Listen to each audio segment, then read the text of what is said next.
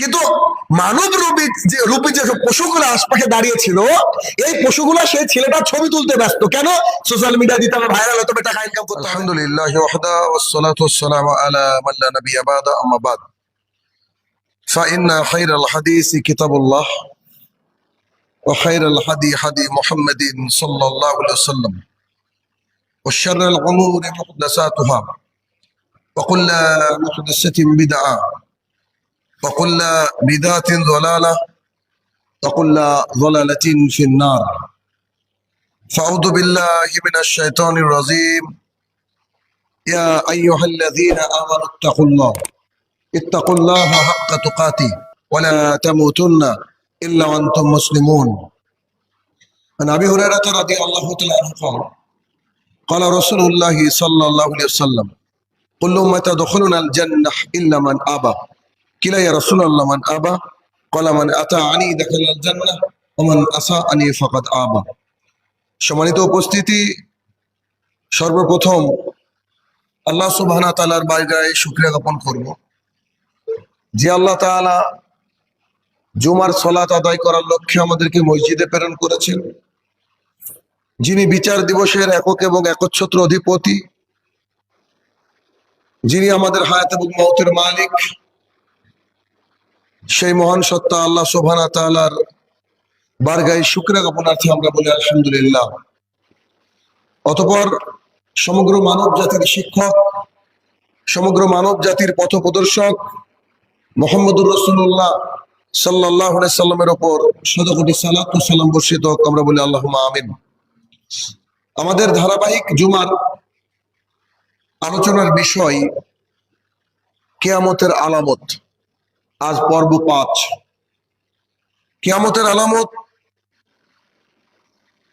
আমরা দীর্ঘদিন যাবত আলোচনা করে আসছি এই জন্য, এই উদ্দেশ্য নিয়ে যে কিয়ামত যে আমাদের অতি সন্নিকটে, দেরি নাই, আমাদের আল্লাহ সুবহানাহু ওয়া তাআলার কাছে ফেরার পালা, অর্থাৎ আল্লাহর কাছে ফিরে যেতে হবে, সেই বিষয়গুলোকে স্মরণ করিয়ে দেওয়ার লক্ষ্যে এবং যাতে করে আমরা কোরআন এবং সুন্নাহ মোতাবেক আমরা আমাদের জীবনকে চালাতে পারি, নিজে পরিচালিত হতে পারি, এই লক্ষ্যে আমাদের আলোচনা।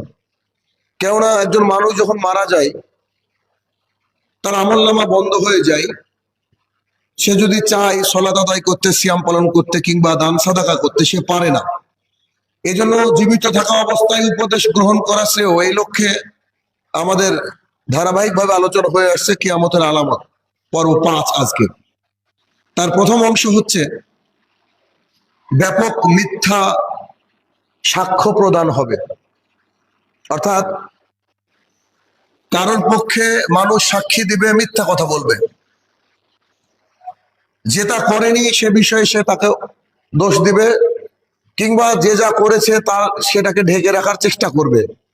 যখন এমন পরিস্থিতি সৃষ্টি হবে, তখন আল্লাহ রাসূল সাল্লাল্লাহু আলাইহি সাল্লাম বলেছেন যে তোমরা তখন অপেক্ষা করো, কিয়ামত খুব সন্নিকটে বা কিয়ামত হবে। তাহলে মিথ্যা সাক্ষী দেওয়া হচ্ছে কাবিরা গুনাহ। গুনাহ দুই প্রকার, গুনাহে কাবিরা, গুনাহে সাগিরা। সাগিরা গুনাহ মানে ছোট গুনাহ, কাবিরা গুনাহ মানে সবচেয়ে বড় গুনাহ, ধ্বংসাত্মক গুনাহ। তো কাউকে মিথ্যা সাক্ষী দেওয়া হচ্ছে কাবিরা গুনাহ। আগে হাদিসটা আমরা দেখে নেব, অতঃপর আমরা পরের বিষয়ে যাব। হাদিসের বর্ণনাকারী মুহাম্মদ সাল্লাল্লাহু আলাইহি ওয়াসাল্লাম নিজে বলছেন, এই রাসূল সাল্লাল্লাহু আলাইহি ওয়াসাল্লাম বলছেন যে আমি কি তোমাদেরকে সবচেয়ে বড় কাবিরা গুনার কথা বলবো না? মানে কাবিরা গুনাহ মানে বড় গুনাহ। আমি কি তোমাদেরকে কাবিরা গুনাহ সম্পর্কে বলবো না, বড় বড় গুনাহ সম্পর্কে বলবো না? এই কথাটা তিনি 3 বার বললেন। অর্থাৎ রাসূল সাল্লাল্লাহু আলাইহি ওয়াসাল্লাম যখন কোনো কথা বলতেন আর সেই কথা যদি 3 বার রিপিট করতেন, তার মানে সেই কথার গুরুত্ব অনেক, খুবই গুরুত্ব। তো তিনি সাহাবায়ে কেরামের সামনে বললেন যে আমি কি তোমাদেরকে কাবিরা গুনাহ সম্পর্কে বলবো না? আমি কি তোমাদেরকে কাবিরা গুনাহ সম্পর্কে বলবো না? আমি কি তোমাদেরকে কাবিরা গুনাহ সম্পর্কে বলবো না? তখন সাহাবায়ে কেরাম বললেন, আল্লাহ রাসূল সাল্লাল্লাহু আলাইহি সাল্লাম নিঃসন্দেহে বলেন, আপনি বলেন কাবিরা গুনাহ কি, আমাদেরকে জানান। তখন তিনি বললেন যে আল্লাহর সাথে কাউকে শরীক করা, আল্লাহ সুবহানাহু ওয়া তাআলা বাদ দিয়ে তার ইবাদত করা অন্য কারোর, আল্লাহ সুবহানাহু ওয়া তাআলার কাছে চাওয়া বাদ দিয়ে অন্য কারোর কাছে চাওয়া, আল্লাহ সুবহানাহু ওয়া তাআলা যে আইন মানতে বলেছেন সে আইনকে বুড়ো আঙুল দেখিয়ে অন্য কারোর আইন মানা, এগুলো হচ্ছে শিরক। তো তিনি প্রথম কথা বললেন যে আল্লাহর সাথে কাউকে শরিক করা, এটা হচ্ছে গুনাহে কাবিরা, অনেক বড় গুনাহ। 2 নম্বর হচ্ছে পিতামাতার অবাধ্য হওয়া। কারণ আল্লাহ তাআলার জমিনে আল্লাহর ইবাদতের পর সবচেয়ে বেশি প্রায়োরিটি দিতে হবে নিজের মা বাবাকে। এই জন্য সূরা ইসরার মধ্যে আল্লাহ সুবহানাহু ওয়া তাআলা বলেছেন তাদের উভয় অথবা একজন যদি বার্ধক্যে উপনীত হয়, বুড়ো হয়ে যায়, বয়স হয়ে যায়, তাদের সামনে গিয়ে তোমরা উফ শব্দটুকু করো না। তাহলে 2 নম্বর তিনি বললেন যে পিতামাতার অবাধ্য হওয়া, এটা হচ্ছে গুনাহে কাবিরা। যদি এই পয়েন্টটা নিয়ে কথা বলা যায় তাহলে আজকে দেখবেন বেশিরভাগ সন্তানই তার পিতামাতার অবাধ্য। বেশিরভাগ সন্তান, পিতা বলছে আব্বু তুমি চলো নামাজ পড়তে, নামাজ পড়ে না, বলছে তুমি এই রাস্তায় চলো, এই রাস্তায় চলে না, সে তার খেয়াল খুশি নিজের মতো করে চলে।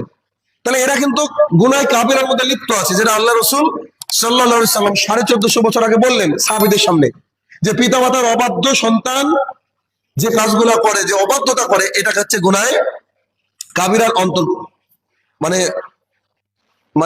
অন্তর্ভুক্ত আর কি। তো রাসূল সাল্লাল্লাহু আলাইহি সাল্লাম এতক্ষণ তিনি দাঁড়িয়েছিলেন, মানে এই কথাগুলো বলছিলেন। হাদিসের রাবী বলছেন যে তিনি কথাগুলো বলতে বলতে দাঁড়িয়েছিলেন, দাঁড়িয়ে থাকা অবস্থা বলছিলেন। এবার তিনি হিলান দিয়ে বসে পড়লেন, অর্থাৎ আমি কি তোমাদেরকে ধ্বংসাত্মক ব্যাপার অর্থাৎ গুনাহে কাবিরার ব্যাপারে কি তোমাদেরকে জানাবো না? এটা তিনি 3 বার যখন বলছিলেন তখন দাঁড়িয়েছিলেন। এমতো অবস্থায় সাহাবায়ে কেরাম বলছেন বলেন শুনি আমরা। তখন তিনি বললেন 1 আল্লাহর সাথে কাউকে শরীক করা, 2 পিতামাতার অবাধ্য হওয়া। কথা বলার পরে তিনি বসে পড়লেন এবং হিলানা দিলেন। কোথাও হয়তো দেওয়াল ছিল বা কিছু একটা ছিল, তিনি হেলানা দিলেন। হেলান দেওয়ার পর বসে বললেন এবং মিথ্যা সাক্ষী দেওয়া, এবং মিথ্যা সাক্ষী দেওয়া হচ্ছে কাবিরা গুনাহ। বুখারীর হাদিস 5631 5631 নম্বর হাদিস। এই হাদিস মুসলিম শরীফে আছে, একেবারে শুরুর দিকের হাদিস, 271 নম্বর হাদিস। মানে এই হাদিস হচ্ছে খুবই একেবারে অথেন্টিক, সহিহ, এর মধ্যে কোনো ঘাটতি নাই, কেননা হাদিস বুখারী মুসলিমের। তাহলে এই হাদিসের 3টে ধ্বংসাত্মক, 3টে গুনাহে কাবিরা, 3টে মানুষের জীবনকে ধ্বংস করে দিতে পারে এমন গুনাহের কথা উল্লেখ করে আল্লাহ রাসূল সাল্লাল্লাহু আলাইহি ওয়াসাল্লাম বলে, তার মধ্যে একটা হচ্ছে মিথ্যা সাক্ষী দেওয়া। এই মিথ্যা সাক্ষী কি? এখন প্রশ্ন আসতে পারে যে মিথ্যা সাক্ষীরা কি? অনেকে আপনাদের হয়তো মনের মধ্যে আসছে এটা, মিথ্যা সাক্ষী মানে জজ বসে আছে আর কোর্টে একজন ব্যক্তি গিয়ে বলছে না না উনি এই কাজ করেননি। না, শুধু এইটাই মিথ্যা সাক্ষী দেওয়া এমনটা নয়। শুধু এইটা যে মিথ্যা সাক্ষী এমনটা নয়। মিথ্যা সাক্ষী কি হতে পারে? যে সব ধরনের ক্ষেত্রে এটা হতে পারে। পাড়ায় পাড়ায় ঝামেলা হয়েছে কারোর সাথে কারোর, আপনি দেখেছেন কে কাকে মানে মেরেছে বা কি, আপনি গিয়ে ওখানে যখন সালিশ বসেছে আপনি বলছেন না না ও এরকম কোনো ঘটনাই ঘটেনি, এটাও মিথ্যা সাক্ষী দেওয়া। আপনি আপনার অফিসে আছেন, কর্মক্ষেত্রে আছেন, কাজ করছেন, এমন অবস্থায় একজন মানুষকে বসের চোখে, মালিকের চোখে হেয় করার জন্য আপনি তাকে গিয়ে বলছেন আরে এই লোকটা কাজ করে না, আলী বাবা খুব মানে বসে খায়, কামচোর, এটা হচ্ছে মিথ্যা সাক্ষী দেওয়া। তারপরে কোনো মিথ্যা রিপোর্টকে জমা দেওয়া যে এলাকার এই ছেলেটা খুব খারাপ, তার বিরুদ্ধে আমরা এই দিলাম এই। তারপরে কলেজ ইউনিভার্সিটিতে একটা সন্তান সে ভালো পড়াশোনা করে, কিন্তু সেই সন্তানটাকে নষ্ট করার জন্য আরো কিছু সন্তান স্যারের কাছে গিয়ে অভিযোগ দেয় যে এই বেঞ্চটা ভেঙে ফেলেছে, আন্দাজে আর কি। এগুলো হচ্ছে মিথ্যা সাক্ষী দেওয়া। মিথ্যা সাক্ষী তো মানুষ দেয়, মসজিদেও মানুষ মিথ্যা সাক্ষী দেয়, মিথ্যা কথা বলে। যান আপনি খুতবা শুনেন বিভিন্ন জায়গায়, আমি সাক্ষী আছি। আমরা যখন একটা জায়গায় গেলাম বাহাসের জন্য অনেকদিন আগে, শুরুর দিকে, আমরা বসে আছি, একজন আলেম তার সাথে 2 জন ব্যক্তি বই 2-4 ব্যাগ বই নিয়ে আসছে। ঢোকার সময় যখন ঢুকছে তখন বলছে আল্লাহর কসম করে বলছি বুখারীতে জোরে আমিন বলার হাদিস নাই। মসজিদে ঢুকছেন উনি, আল্লাহর কসম করে বলছে বুখারীতে জোরে আমিন বলার হাদিস নাই। মানে ঢুকতে উনি কথাও বলেনি, সালামও দেননি, শুরুতে বলছেন। আপনি চলে যান, অনেকে শুধুমাত্র আপনার বাড়িতে 2টো খাওয়ার জন্য আর 500টা টাকার লোভে আপনার বাপকে জান্নাতে পাঠিয়ে দিই। আপনার বাপ গাঁজা খেয়ে মরুক, মদ খেয়ে মরুক, অসুবিধা নাই, মানে মিলাদ করলে জান্নাত। এটা হচ্ছে মিথ্যা সাক্ষী দেওয়া। মানে আল্লাহ রাসূল এগুলো তো বলেনি, কিন্তু তিনি বলছেন যে না এগুলো বলেছেন, এটাও এক প্রকারের মিথ্যা সাক্ষী দেওয়া। তাহলে কি হলো, যে মিথ্যা সাক্ষী দেওয়া যখন ব্যাপকতা ছড়িয়ে যাবে তখন তোমরা কিয়ামতের জন্য অপেক্ষা করো। আল্লাহ রাসূল সাল্লাল্লাহু আলাইহি সাল্লাম এই কথা বললেন। অর্থাৎ এ বিষয়ে আরো হাদিস আছে। মুহাম্মদ সাল্লাল্লাহু আলাইহি সাল্লাম বলেছেন যে মিথ্যা শপথ করে যে ব্যক্তি অন্য মুসলমানের মালকে হরণ করে, কারো জমি জমাকে দখল করে, কারো মালকে হরণ করে নেয়, সে যখন আল্লাহ তাআলার সাথে কিয়ামতের মাঠে সাক্ষাৎ হবে তার, তখন আল্লাহ সুবহানাহু ওয়া তাআলা তার প্রতি রেগে থাকবেন। তার প্রতি আল্লাহ কি করবেন? রেগে থাকবেন। এরপর রাসূল সাল্লাল্লাহু আলাইহি ওয়াসাল্লাম একটা আয়াত পাঠ করলেন। আল্লাহ রাসূল সাল্লাল্লাহু আলাইহি ওয়াসাল্লাম সূরা আল ইমরানের 77 নম্বর আয়াত 77 নম্বর আয়াত পাঠ করলেন, যারা আল্লাহর নামে কৃত অঙ্গীকার এবং তাদের প্রতিজ্ঞা সামান্য মূল্যে বিক্রি করে বেড়ায়। অর্থাৎ কিছু মনে করে না, পরকালকে তুচ্ছ মনে করে যে আমি আমার জমি পাশে জমি আমি নিয়ে নিয়েছি, এটা মিথ্যা ভাবে কোনোভাবে নিয়ে নিয়েছি। তো এই যে মিথ্যা সাক্ষী, এই মিথ্যা সাক্ষী দেওয়া খুবই ভয়ঙ্কর। আর মিথ্যা শপথ করে কোনো কিছু বিক্রি করা আরো ভয়ঙ্কর।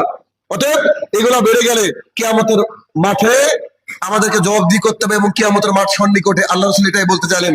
বুখারীর হাদিস, এটাও বুখারীর হাদিস, হাদিস নম্বর 7007, 7007 নম্বর হাদিস। তাহলে পত্র হাদিস থেকে আমরা বুঝতে পারলাম যে মিথ্যা সাক্ষী দেওয়া, মিথ্যাভাবে কারোর মালকে ভক্ষণ করা, এটা হচ্ছে গুনাহে কাবিরা। আর এই কাবিরা গুনাহ করলে আল্লাহ সুবহানাহু ওয়া তাআলার কাছে অনেক বড় বেইজ্জতি হতে হবে। আরো একটা হাদিস রয়েছে, আবু উমামা বাহিলী রাদিয়াল্লাহু তাআলা আনহু বলেন, রাসূলুল্লাহ সাল্লাল্লাহু আলাইহি ওয়াসাল্লাম বলেছেন, মিথ্যা শপথ করে যে ব্যক্তি অন্য মুসলমানের মাল সম্পদ ইত্যাদি হরণ করে নেয়, নিয়ে নেয়, আল্লাহ সুবহানাহু ওয়া তাআলা তার উপরে জাহান্নামকে ওয়াজিব করে দিয়েছেন। এক কাঠা জমি নেন আর এক ধুল জমি নেন আর আপনি এক হাত জমি নেন, যদি প্রতারণা করে মিথ্যা শপথ করে যে আল্লাহর কসম করে বলছে এটা আমার আল, ও আন্দাজে বলে দিল একটা কথা, আল্লাহর কসম করে বলছে এই সম্পদটা আমার, বলে দিলাম আমি, এটা যদি হয়ে যায় তো রাসূল সাল্লাল্লাহু আলাইহি ওয়াসাল্লাম বলছেন আল্লাহ সুবহানাহু ওয়া তাআলা তার জন্য জান্নাতকে ওয়াজিব করে দিয়েছে, জান্নাতকে ওয়াজিব করে দিয়েছে এবং তাকে জাহান্নাম থেকে জাহান্নামকে ওয়াজিব করে দিয়েছে আর তাকে জান্নাত থেকে দূরে রেখেছেন। তাহলে এই শব্দের অর্থ কি দাঁড়ালো? এই শব্দের অর্থ হচ্ছে তার জন্য জাহান্নাম ওয়াজিব, তাকে যেতেই হবে, আর সেই ব্যক্তি জান্নাতের কোনো স্বাদ পাবে না বলেন মুহাম্মদ সাল্লাল্লাহু আলাইহি সাল্লাম। এটা মুসলিম শরীফের শুরুর দিকের হাদিস, 370 নম্বর হাদিস। অতএব আচ্ছা শুনেন, এই হাদিসটার মধ্যে একটা মজা আছে। মজাটা কি? সাহাবায়ে কেরামকে যখন প্রশ্ন আল্লাহ রাসূল বলতেন কোনো কিছু, তখন তিনারা খুব ভয় পেয়ে যেতেন। ওনারা আল্লাহ রাসূলের মুখের কথার মূল্যটা বুঝতেন। আমরা এত হাদিস শুনে আমাদের অন্তর এদিক ওদিক যায় না, ভয় লাগে না। কিন্তু সাহাবায়ে কেরাম ছিলেন গোল্ডেন মানুষ, তারা সোনালী যুগের মানুষ, সোনার মানুষ ছিলেন। তো এই হাদিস শোনার সাথে সাথে এক ব্যক্তি বললেন যে আল্লাহ রাসূল, সেই সম্পদটা বা সেই জিনিসটা যদি সামান্য হয়, তারপরেও জমি নিয়ে নেওয়া 1 বিঘা নিতে হবে এমনটা নয়, এটা আধা তো হতে পারে, 1 ধুলো হতে পারে, তার কমও হতে পারে।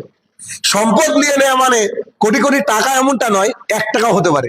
তো সাহাবায়ে কেরামের মধ্যে একজন প্রশ্ন করলেন যে আল্লাহ রাসূল সাল্লাল্লাহু আলাইহি সাল্লাম, যদি প্রতারণা করে মিথ্যা সাক্ষী দিয়ে একটু নিয়ে অল্প কিছু, তখন তিনি বললেন যে আরাক গাছের মূল্যহীন শাখা ডালের সমপরিমাণ যদি হয় তবু তার জন্য জাহান্নাম।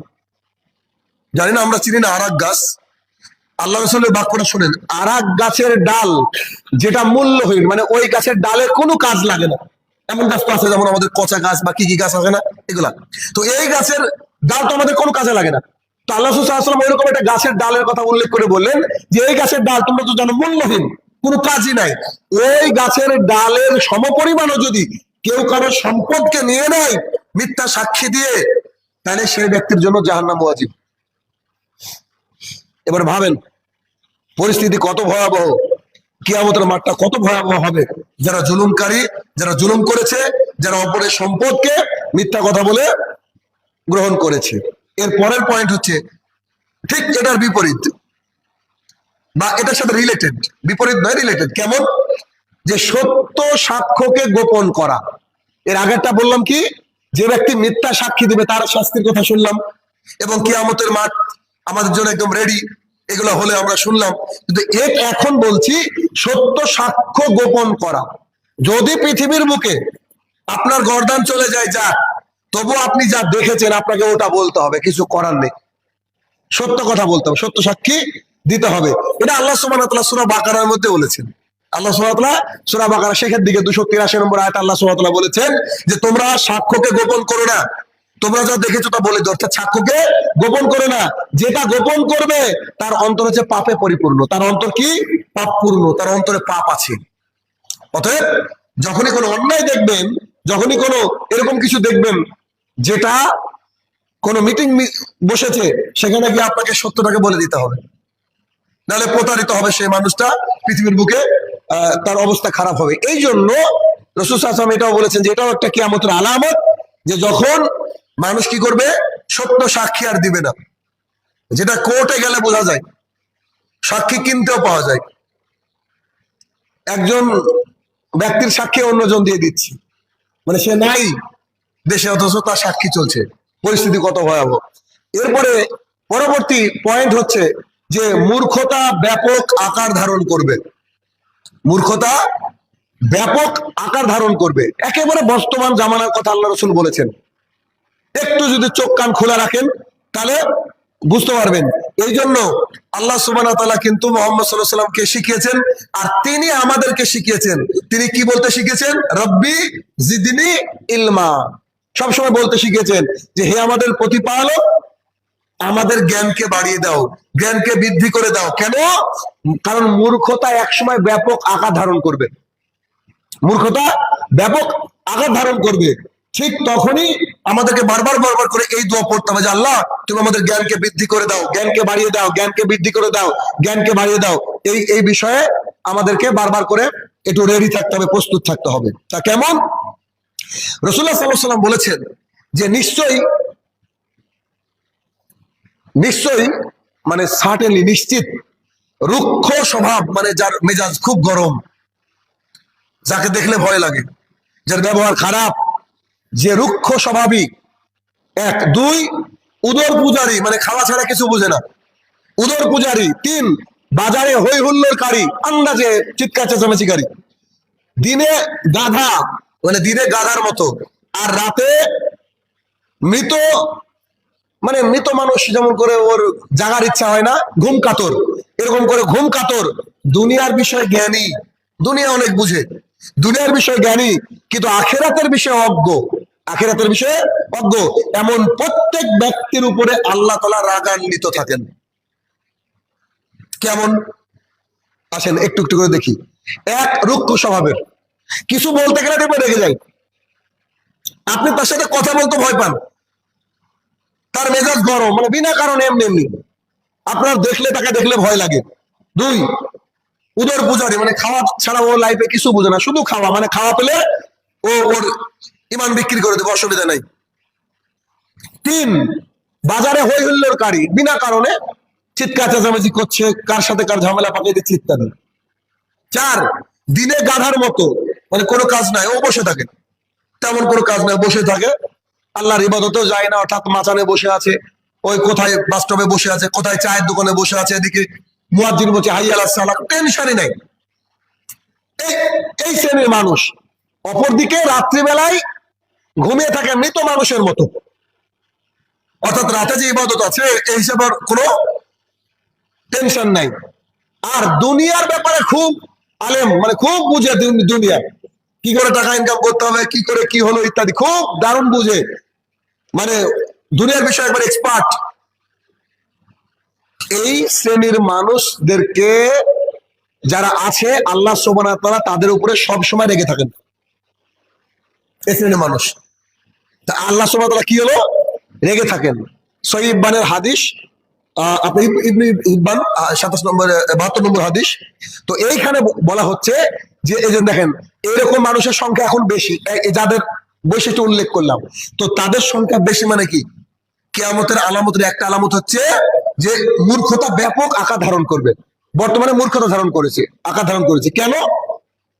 দেখবেন অনেক মানুষ দুনিয়া খুব সুন্দর বুঝে, কিন্তু আখিরাতের ব্যাপারে দেখবেন ও বুঝে না। চায়ের দোকানে আড্ডা দিচ্ছে, বসে আছে, টিভি দেখছে, সব করছে, কিন্তু ওকে যদি বলেন যে চলে নামাজ পড়তে, ও বুঝে না। তাহলে এরকম মানুষ এরা হচ্ছে মূর্খ। আল্লাহ রাসূল সাল্লাল্লাহু আলাইহি ওয়াসাল্লাম আসলে এটাই বলতে চাইলেন, অর্থাৎ যারা দ্বীন ইসলামকে মানে না গোটা পৃথিবীর, ও যেই শিক্ষিত হোক না কেন, যত বড় পিএইচডি হোল্ডার হোক না কেন, সব করা হচ্ছে মূর্খ। কেন? আল্লাহর কাছে ফিরতে হবে, আল্লাহর কাছে জবাবদিহিতা করতে হবে। তো যার মধ্যে দ্বীন ইসলাম নাই, স্বাভাবিক কথা, তো সে তো কিয়ামতের মাঠে ঠকবে, আর ওই ঠকা হচ্ছে মহা ঠকা। তার জন্য এখানে বলা হচ্ছে যে মূর্খতা কি হবে, ব্যাপকভাবে ছড়িয়ে পড়বে। আরো হাদিস আছে যে কিয়ামতের পূর্বে মানুষের, যেটা আমি যে হাদিস বারবার করে বলি, আয়ুর ফাইল, মানুষের বিবেক তুলে নেওয়া হবে, ওয়াকসারুল জাহাল, মূর্খতা বর্ষণ করা হবে। তার প্রমাণ দেখবেন, মানুষের যে ইলম উঠে গেছে, মানুষ যে মূর্খ, তার অন্যতম প্রমাণ হচ্ছে কয়েকদিন আগে বাংলাদেশের মাইলস্টোন নামে একটা স্কুল অ্যান্ড কলেজ, ওখানে একটা বিমানের প্রশিক্ষণ চলছিল। তো ওই প্রশিক্ষণ অবস্থা বিমানটা গিয়ে ওই স্কুল অ্যান্ড কলেজের উপরে মারে, সঙ্গে সঙ্গে মানুষ দগ্ধ হয়ে যায়, পুরে অবস্থা খারাপ হয়ে যায়। তো এখানে একটা দৃশ্য দেখা যাচ্ছে যে একটা বাচ্চা ছেলে স্কুল থেকে বেরিয়ে আসছে, তার পুরো শরীরটা পোড়া, পুরো শরীর পুড়ে গেছে, একেবারে চামড়া উঠে গেছে বিনিয়ে। তো সেই ছেলেটার ছবি তুলতে ব্যস্ত বহু মানুষ, বহু মানুষ ছবি তুলছে। তো ছেলেটাকে নিয়ে হসপিটালে যেতে হবে, এই পশুদের এই জ্ঞানটুকু নাই। মানে একটা পশু হলে বোধহয় চিৎকার করে বলতো যে এখন তাকে হসপিটালে নিয়ে যাওয়া উচিত, কিন্তু মানব রূপী যে পশুগুলো আশপাশে দাঁড়িয়েছিল, এই পশুগুলো সেই ছেলেটার ছবি তুলতে ব্যস্ত। কেন? সোশ্যাল মিডিয়া দিতে হবে, ভাইরাল হতে হবে, টাকা ইনকাম করতে হবে। ছেলেটা ওখান থেকে আতঙ্কে বেরিয়ে আসছে। ওই স্কুলের শিক্ষিকা মেহরিন বলে একজন মেয়ে, তারও অনেকটা শরীর পুড়ে গিয়েছিল। সে নিজে হাতে 15-20 জন সন্তানকে, তারও তো সন্তান আছে বাড়িতে, 15-20 জন সন্তানকে সে বুকে আগলে করে ওখান থেকে বের করার চেষ্টা করে। তার স্বামী হসপিটালে গিয়ে তাকে বলে যে তোমারও তো 2টো সন্তান আছে বাড়িতে, তোমারও সন্তান আছে, তুমি ওদেরকে বাঁচাতে গিয়ে নিজের জীবন কেন বিপন্ন করলা? তো বলছে কি করব, সন্তান তো এরাও আমার সন্তান। শিক্ষিকা কাকে বলে দেখেন, এরা আমার সন্তান। এই কথা বলে পরের দিন মেয়েটা মারা যায়, এই শিক্ষিকা মারা যায়। প্রচুর বাচ্চা ওখানে মারা গিয়েছে। তাহলে অথচ এদেরকে, হ্যাঁ ওখানে কি মানুষ ছিল না? কিছু মানুষ তো ছিল, কিন্তু বেশিরভাগই পশু। আল্লাহ রাসূল সাল্লাল্লাহু আলাইহি ওয়াসাল্লাম এই কথাই 1450 বছর আগে বলছেন, আয়ুর ফাইল, মানুষের বিবেক তুলে নেওয়া হবে, ওয়াকসারুল জাহাল, মূর্খতাকে বর্ষণ করা হবে। ভিড়ের কারণে তাদেরকে হসপিটালে নিয়ে যাওয়ার রাস্তা নেই, অথচ সবাই সেখানে ফটো তুলতে ব্যস্ত, ভিডিও করতে ব্যস্ত। এই কথা 1450 বছর আগে আল্লাহ রাসূল সাল্লাল্লাহু আলাইহি ওয়াসাল্লাম বলেছেন। তাহলে চিন্তা করে, এটা আপনাকে বাস্তব একটা প্রমাণ দিলাম। তার আগে কয়েকদিন আগে একটা মানুষকে গোটা পৃথিবী দেখলো, পাথর দিয়ে মেরে হত্যা করা হলো, গোটা পৃথিবী দেখলো। একজন সাংবাদিক গিয়ে তার আশপাশে সবাইকে জিজ্ঞাসা করছে যে এখানে কে মেরেছে? বলছে আমরা চিনি না। বলছে কারা মারলো? বলছে দেখিনি। অথচ সবাই দেখেছে। বলছে সাক্ষী দিতে ভয়, একটু আগে যেটা বললাম আপনাদেরকে। তাহলে ভাইয়ের আমার, এখানে বুঝতে হবে বিষয়টা যে কিয়ামত একেবারে সন্নিকটে। মানুষ আর মানুষ নাই, মানুষ এখন পশু হয়ে গেছে। মানুষ পশু, এমনকি পশু এই শব্দটা যখন আমি মানুষের ক্ষেত্রে ব্যবহার করে আমার লজ্জা লাগে যে পশুও মনে হয় ভালো, পশুও ভালো। একটা কুকুরও বাড়ি পাহারা দেয়, একটা কুকুরও মানুষের চেয়ে ভালো এখন। তাহলে কি, যে মূর্খতা ব্যাপক আকার ধারণ করবে। আর যখনই মানুষের মধ্যে ইসলামিক কোনো জ্ঞান থাকবে না, সে তখন মূর্খ। তার আগের দিনে আরো একটা মেয়ে, মেহরিন, ওর নামও মেহরিন, সে তার পিতামাতার নামে কেস করেছে কোর্টে। তার পিতামাতার ব্যাপারে সে বলেছে আমার পিতামাতা আমাকে কি করেছে, অ্যাবিউজ করেছে, আমি ডান্স করতে চাই, নাচ করতে চাই, গোটা পৃথিবীকে দেখাতে চাই, আমার পিতামাতা সহ্য হয়নি এটা, ইত্যাদি ইত্যাদি দিয়ে তার পিতামাতাকে বলছে, ইংরেজিতে বলছে, তার পিতামাতাকে বলছে যে ওরা দুজনে যে ক্রিমিনাল। আল্লাহ রাসূল সাল্লাল্লাহু আলাইহি ওয়াসাল্লাম বলছে মানুষের বিবেক তুলে নেওয়া হবে। নিজের না খাওয়ার সন্তানকে খাওয়ানো হয়, নিজের পোশাক ভালো না কিনে সন্তানকে দেওয়া হয়, সেই সন্তান বলছে যে দে আর দ্য ক্রিমিনাল, তারা হচ্ছে ক্রিমিনাল। চিন্তা করেন, আল্লাহ রাসূল সাল্লাল্লাহু আলাইহি ওয়াসাল্লাম এই কথাই এখানে বললেন। অতঃপর পরের পয়েন্ট, পরপর 3টে অংশ একসাথে বলবো। তার একটা হচ্ছে ব্যয় সংকোচন হবে, ব্যয় সংকোচন। কৃপণতা, অর্থাৎ কৃপণতা বৃদ্ধি পাবে, ব্যয় কমে গেলে কৃপণতা কি হবে, বৃদ্ধি পাবে। আর ব্যাপক হারে, প্রচুর হারে, গণহারে আত্মীয়তার বন্ধন ছিন্ন হবে। 3, প্রতিবেশীর সাথে অসৎ ব্যবহার করবে। এই 3টা হচ্ছে কিয়ামতের অন্যতম এক আলামত। ভালো করে বুঝেন। 1, কৃপণতা বেড়ে যাবে, সোজা ভাষায় দুই, ব্যাপক হারে মানুষ আত্মীয়তার বন্ধন ছিন্ন করবে। তিন, প্রতিবেশীর সাথে অসৎ ব্যবহার করবে। আচ্ছা, আমি হাদিস রাখি, হাদিস তো বলবো, তার আগে একটু বলি। এক, ব্যাপক হারে কৃপণতা বেড়ে যাবে। দেখেন মানুষ খুব কৃপণ। আচ্ছা, কোন দিক দিয়ে কৃপণ? জামা কিনছে, খাবার কিনছে, সব কিনছে, সব ঠিক আছে, কিন্তু যখন ইসলামের জন্য, নিজের জন্য, আল্লাহর কাছে আগে পাঠানোর জন্য যদি আপনি চাঁদা চান, মসজিদের ব্যাপারে বলেন বা আল্লাহর রাস্তায় দেওয়ার কথা বলেন, তাদের টাকা বেরোয় না। অথচ মাছ, গোস্ত সবকিছু খাচ্ছে প্রতিদিন, সব চলছে, কিন্তু ইসলামের জন্য দেওয়ার হাতটা তার কাছে সংকোচন হয়ে যায়, তার কাছে সংকোচন হয়ে যায়, কৃপণতা বৃদ্ধি পাবে। দুই, ব্যাপক হারে আত্মীয়তার বন্ধন ছিন্ন হবে। আপনি দেখেন, আপনার যে আত্মীয়টা গরিব, তাকে হয়তো আপনি 5-7 বছর খোঁজই নেননি, কিন্তু যে বড় লোক, তাকে আজকেও ফোন করে রেখেছেন, কেমন আছেন, কি অবস্থা, বাড়িতে কি খাবার হলো। দুঃখের বিষয়, আত্মীয়তার বন্ধন রক্ষা করতে গেলে আগে তাদের কথা ভাবতে হবে যারা গরিব। আমার যারা গরিব আত্মীয় আছে, আমাকে তাদের কথা ভাবতে হবে। কিয়ামতের মাঠ আসলে বড্ড কঠিন। অতএব আত্মীয়তার বন্ধন ছিন্ন হচ্ছে, সেখানে আপনাকে আমাকে কি করতে হবে? এটাকে জোড়া লাগাতে হবে। জোড়া লাগানোর জন্য টাকা পয়সা দিতে হবে এমনটা নয়, বরং একটু খোঁজ খবর নেওয়া, তাদের কাছে যাওয়া বা তাদের সাথে ফোনে যোগাযোগ রাখা বা সময়তে তাদেরকে সাহায্য করা, এটা করতে হবে আমাদেরকে। তিন, প্রতিবেশীর সাথে অসৎ ব্যবহার। নানান প্রতিবেশী রয়েছে, নানান কিসিমের, তাদের সাথে খারাপ ব্যবহার। প্রতিবেশী আপনার সাথে খারাপ ব্যবহার করলে আপনার খারাপ ব্যবহার করা যাবে না। একে একে হাদিস দেখি। প্রথম হাদিস, আবু হুরায়রা রাদিয়াল্লাহু তাআলা আনহু বলেন, রাসূল সাল্লাল্লাহু আলাইহি ওয়াসাল্লাম বলেছেন যে কার্পণ্য বেড়ে যাওয়া, কৃপণতা বেড়ে যাওয়া কিয়ামতের অন্যতম একটি আলামত। কিয়ামতের অন্যতম একটি আলামত কি? কার্পণ্যতা বেড়ে যাওয়া। তাবরানী আল মুজমাল আওসাতের হাদিস 748, 478, হ্যাঁ 748 নম্বর হাদিস। তাহলে অত্র হাদিস থেকে কি বুঝলাম? যে কৃপণতা বেড়ে যাবে না, কৃপণতা বাড়লে হবে না। আল্লাহ রাস্তায় বেশি বেশি দিতে হবে, সন্তানকে ভালো খাওয়াতে হবে, নিজে একটু ভালো থাকতে হবে। দেখবেন অনেকের টাকা আছে, কিন্তু ওর মতো করে চলে না, মানুষকে বোঝাতে চায় আমি গরিব। আউযুবিল্লাহ। কেন, কি করতে রেখেছেন? এই টাকা রেখে দেবেন, আপনার সন্তান 1 টাকাও দান করবে না, তার প্রমাণ আপনার সামনে ঘুরি ঘুরি। 2 নম্বর হাদিস, আনাস ইবনে মালিক রাদিয়াল্লাহু তাআলা আনহু বলেন, রাসূল সাল্লাল্লাহু আলাইহি ওয়াসাল্লাম বলেছেন, ধীরে ধীরে সবকিছু কঠিন হয়ে যাবে। ধীরে ধীরে দুনিয়াটা সবকিছু কঠিন হয়ে যাবে। দুনিয়া মানুষকে পেছনে ঠেলে দিবে, দুনিয়া মানুষকে পেছনে ঠেলে দিবে। মানুষের মধ্যে কার্পণ্যতা বৃদ্ধি হবে, কৃপণতা বেড়ে যাবে। মানুষ আল্লাহ সুবহানাহু ওয়া তাআলার রাস্তায় দান করতে থাকবে না, আল্লাহর রাস্তায় দান করতে থাকবে না, কখনোই না। দেখবেন মসজিদে মানুষ 2 টাকা দেয়, মসজিদে মানুষ 5 টাকা দেয়, মাজারে মানুষ 500 টাকা দেয়। আপনি জালসার চাঁদা ধরবেন, আপনাকে 10 টাকা দিবে। আপনি গানের চাঁদা ধরবেন, বলবে যে 200 টাকা ছাড়া হয়। এটা বাস্তবতা। নবী করিম সাল্লাল্লাহু আলাইহি ওয়াসাল্লাম পরে হাদিস, রাসূল সাল্লাল্লাহু আলাইহি ওয়াসাল্লাম বলেছেন যে কি, সময় দ্রুত অতিবাহিত হবে, সময় দ্রুত অতিবাহিত হবে। পরকালের জন্য মানুষের আমল কমে যাবে, পরকালের জন্য মানুষ আমল করার সময় পাবে না। অন্তরে কার্পণ্য সৃষ্টি হবে, ভেতরে কার্পণ্য সৃষ্টি হবে, এবং চারিদিকে সংঘাত বেড়ে যাবে, হত্যাযজ্ঞ বেড়ে যাবে। দেখেন তাই হচ্ছে। রাসূল সাল্লাল্লাহু আলাইহি ওয়াসাল্লাম এই কথা বলেছে। আর বছর যে দ্রুত চলে যাবে, আল্লাহ রাসূল বলেছেন সুবহানাল্লাহি বিহামদি, চিন্তা করো তো কি দ্রুত চলে যাচ্ছে বছর। এই তো 2025 সাল পড়লো, আবার 7 মাসের আজকে হয়তো দেখেন 25 না 26 তারিখ হয়ে গেল। তাহলে ভাবা যায় কি দ্রুত চলে যাচ্ছে বছর। অতএব এটা হয়ে যাবে। আল্লাহ রাসূল সাল্লাল্লাহু আলাইহি ওয়াসাল্লাম বলেছেন, তিনি অপর হাদিসে বলেন, যতক্ষণে অশ্লীলতা, বেহাপনা, নোংরামি বৃদ্ধি পাবে, অশ্লীলতা, বেহাপনা, নোংরামি বৃদ্ধি পাবে, আত্মীয়তার বন্ধন ছিন্ন না করা হবে, আর প্রতিবেশীর সাথে দুর্ব্যবহার করা না হবে, ততক্ষণ আগে কিয়ামত সংগঠিত হবে না। এই হাদিসে 3টা অংশ আসলো। মুসনাদ আমাদের হাদিস 6514 নম্বর হাদিস, রাসূল সাল্লাল্লাহু আলাইহি ওয়াসাল্লাম এই কথাই বললেন যে আত্মীয়তার বন্ধন ছিন্ন হবে, অশ্লীলতা ছড়িয়ে পড়বে, কার্পণ্যতা চলে আসবে, আর মানে ব্যাপক হারে সংঘাত শুরু হবে। এগুলো যখন হবে, তখন তোমরা কি করো? কিয়ামতের মাঠের জন্য অপেক্ষা করো, অর্থাৎ কিয়ামত খুবই সন্নিকটে। এগুলো বোঝার চেষ্টা করো। আল্লাহ সুবহানাহু ওয়া তাআলা আমাদেরকে সহিহ বুঝ দান করুক। আল্লাহুম্মা আমিন। আলহামদুলিল্লাহি ওয়াহদাহু ওয়াসসালাতু ওয়াসসালামু আলা মান লা নাবিয়্যা বাদা, আম্মা বাদ।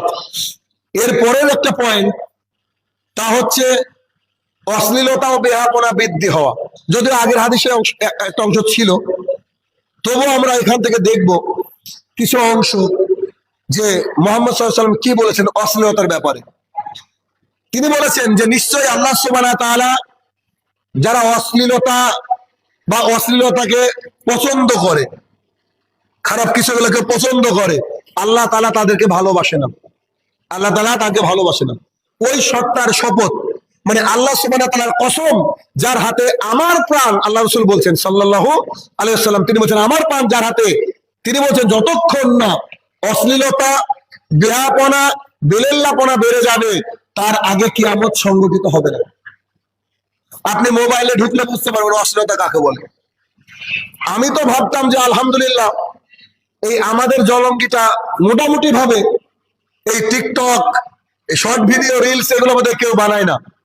পরপর কয়েকটা আমি দৃশ্য দেখছি, আউযুবিল্লাহ, খাই টোটো চালিয়ে আর ওর বউকে দিয়ে নাচাছে আপনার এতে।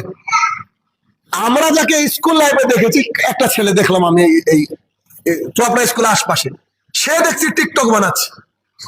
ওই জলঙ্গির এক কুলাঙ্গার দেখছি খালি গায়ে আবার টিকটক শুরু করেছে। কিছুদিন আগে রাহিলে কোরআন ছিল, নিজেকে কোরআন দাবি করছিল, ও আবার দেখছি শুরু করেছে। আস্তাগফিরুল্লাহ। মানে আমাদের আশপাশেও আছে এরকম, নিজের বউকে দিয়ে ব্যবসা করছে, যে তার বউ শরীর দেখাচ্ছে মোবাইলে এসে। আল্লাহ রাসূল সাল্লাল্লাহু আলাইহি ওয়াসাল্লাম বলছে কিয়ামতের আলামত হচ্ছে এইটা, অশ্লীলতা বেড়ে যাবে। দেখেন বেড়ে গিয়েছে।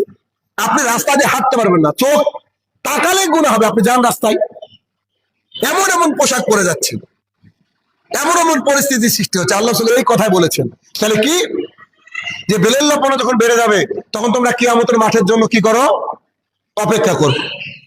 আজকের মতো একটা হাদিস বলে শেষ করব, শেষ পয়েন্ট, সেটা হচ্ছে খুবই কঠিন একটা শব্দ এটি। এই পয়েন্টটা কি? বিশ্বাসঘাতক।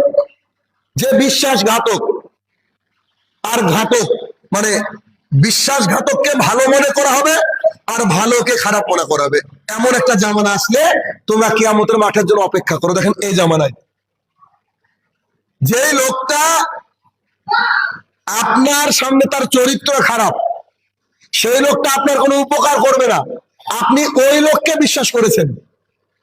আর যে লোক সঠিক কথা বলছে, আপনি তাকে বিশ্বাস করেন না। আল্লাহ রাসূল বলছে এমন একটা জামানা আসবে যে মিথ্যাবাদীকে বলা হবে সত্যবাদী, আর সত্যবাদীকে বলা হবে মিথ্যাবাদী। সেই দিন তোমরা কিয়ামতের মাঠের জন্য কি করো? অপেক্ষা করো। কিয়ামতের মাঠ কত বড় কঠিন, যা আমরা ইতিপূর্বে জেনেছি। তাহলে কি, সত্যবাদীকে মিথ্যাবাদী বলা হবে আর মিথ্যাবাদীকে সত্যবাদী বলা হবে। কেমন, কি কারণে?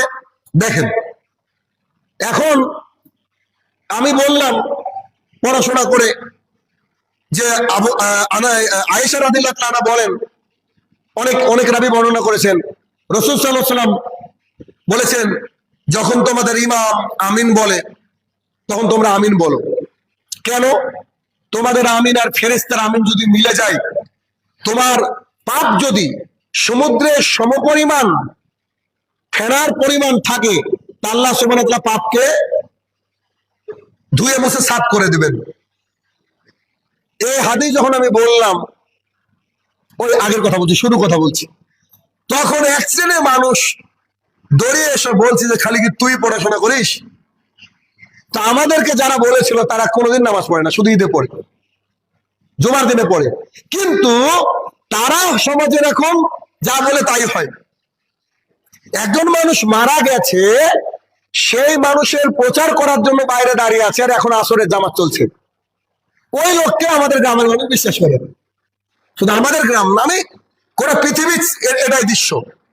যে লোক দেখবেন টাকা পয়সা লেনদেনের হাত খুবই খারাপ, তাকে মানুষ বিশ্বাস করে। আমি তো পৃথিবীর সবচেয়ে, আমার পুরো দলিল আর পৃথিবীর কারো কাছে নাই আমার মনে হয়। নিশ্চয় আপনারা বুঝতে পারছেন যে যেই লোকটা এত বাটপার, সেই লোকটাকে মানুষ ধার দিবে অনায়াসে। কিন্তু ভালো মানুষ, ও বিপদে পড়েছে, ওকে দেখবেন টাকা চাইবে, ও বলবে যে দিতে পারবো না। কেন? ও মেরে দিতে পারে, অথচ সে লোকটা জীবনে কারো টাকা মারেনি। তাহলে বিশ্বাসঘাতক যে, তাকে বলছে যে না ও ভালো মানুষ, আর যে মানে ভালো মানুষ তাকে বলছে এই লোকটা খুব বদ। আপনি কি কল্পনা করতে পারেন, এই রোডে দুজন দেখা করতে এসেছে, আমাদেরই সম্পর্কে কাকা, সেই কাকাকে বলছে শাহিনুর রহমানের বাড়ি কোনটা? তো এই গ্রামের বাড়ি নাই, এই গ্রামে শাহিনুর রহমানের কেউ থাকে না, আমাকে নাকি চিনে না। পৃথিবীর হয়তো যারা ইসলাম প্র্যাকটিস করে, খালি এদেশে না, গোটা পৃথিবীর যারা ইসলাম প্র্যাকটিস করে তারা আমাকে চিনে না বা আমাদের মতো মানুষকে চিনে না, এটাও তো লজ্জা যদি কেউ বলে। তাহলে চিন্তা করেন, ওই লোক কথা বলছে, ওই লোকের ব্যাপারে কি হচ্ছে, মানুষ বলছে হ্যাঁ এই লোক ভালো, তো খুব ভালো মানুষ, করি অন্যায় করেনি। আপনি যখন হক কথা বলতে যাবেন আপনি তখন খারাপ। এটা আল্লাহ রাসূল এই কথা বলেছেন যে বিশ্বাসঘাতককে বিশ্বস্ত মনে করা হবে। হাদিসটা কি? রাসূল সাল্লাল্লাহু আলাইহি ওয়াসাল্লাম বলছেন, আল্লাহর কসম, অর্থাৎ ওই সত্তার শপথ যার হাতে আমার প্রাণ, তিনি যখন এই ধরনের কথা বলতেন তখন সাহাবায়ে কেরাম ঘাবড়ে যেতেন, শুনতেন যে কথাটা কত বড় ভয়ঙ্কর হতে চলেছে। যতক্ষণ বিশ্বাসঘাতককে বিশ্বস্ত মনে না করা হচ্ছে ততক্ষণ কিয়ামত সংগঠিত হবে না। দেখেন এই জামানায় ওই ঘটনা ঘটছে। তাহলে অত্র বেশ কিছু কোরআনের আয়াত বা বেশ কিছু হাদিস এবং একটা কোরআনের আয়াত থেকে আমরা বুঝতে পারলাম যে কিয়ামতের মাঠ আপনি আমি মারা গেলে সঙ্গে সঙ্গে আমাদের জন্য প্রস্তুত। অতএব এখনই আমাদের নিজেকে শুধরে নিতে হবে এবং আমাদের চলার পথকে সুন্দর করতে হবে।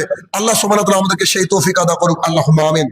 হে আমার প্রতিপালক, ইতিপূর্বে যে পাপ করেছি সেই সমস্ত পাপ থেকে তোমার কাছে পানা চাইছি, তুমি আমাদেরকে সেই পাপ থেকে রক্ষা করো, আল্লাহুম্মা আমিন। হে আমার প্রতিপালক, তোমার মুহাম্মদ সাল্লাল্লাহু আলাইহি ওয়াসাল্লাম আবু দাউদের হাদিসে বলেছেন, যারা পুড়ে মারা যায় তারা হচ্ছে শহীদ। অতএব মাইলস্টোনে যে বাচ্চাগুলো পুড়ে মারা গেছে, বড় মানুষ পুড়ে মারা গেছে, মাবুদ সবাইকে তুমি শহীদ হিসাবে জান্নাতুল ফেরদৌসে কবুল করে নিও, আল্লাহুম্মা আমিন। হে আমার প্রতিপালক, আমাদের আত্মীয় স্বজন দূর দূরান্তে যে যেখানে আছে, যারা কবরের তলে শায়িত জানি না কি হালে রয়েছে, মাবুদ তারা যদি ক্ষমার যোগ্য হয় তাকে তুমি ক্ষমা দান করো, আল্লাহুম্মা আমিন। হে আমার প্রতিপালক, আমরা যেন দ্বীন ইসলামকে পরিপূর্ণভাবে মেনে চলতে পারি এবং দ্বীন ইসলামের পথে চলতে পারি, মাবুদ প্রতিবেশীর সাথে ভালো ব্যবহার করতে পারি, মানুষের সাথে যেন খারাপ আচরণ না হয়, আল্লাহ তুমি সেই তৌফিক আদা করো, আল্লাহুম্মা আমিন।